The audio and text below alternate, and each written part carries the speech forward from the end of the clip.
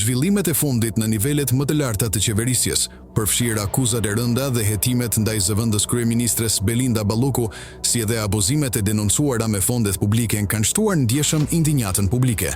Këto ngjarje përbëjnë arsye të mjaftueshme për të kërkuar ndryshim rrënjësor të pushtetit dhe garanci që çdo qeveri e ardhshme të mos përsërisë të njëjtat modele keqçeverisjeje. Megjithatë, ndonse kauzat janë të forta dhe pakënaqësia e përhapur, reagimi qytetar mbetet i zbehtë.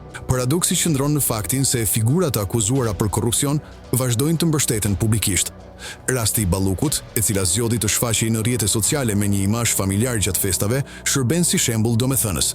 Mira pëlqime dhe komente pozitive u shfaqën brenda pak orësh, pavarësisht hetimeve ndaj saj. Edhe pse parimi i pafajësisë duhet respektuar deri në vendimin përfundimtar të gjykatës, ky entuziazëm publik gre pikë pyetje serioze mbi raportin e shoqërisë me pushtetin.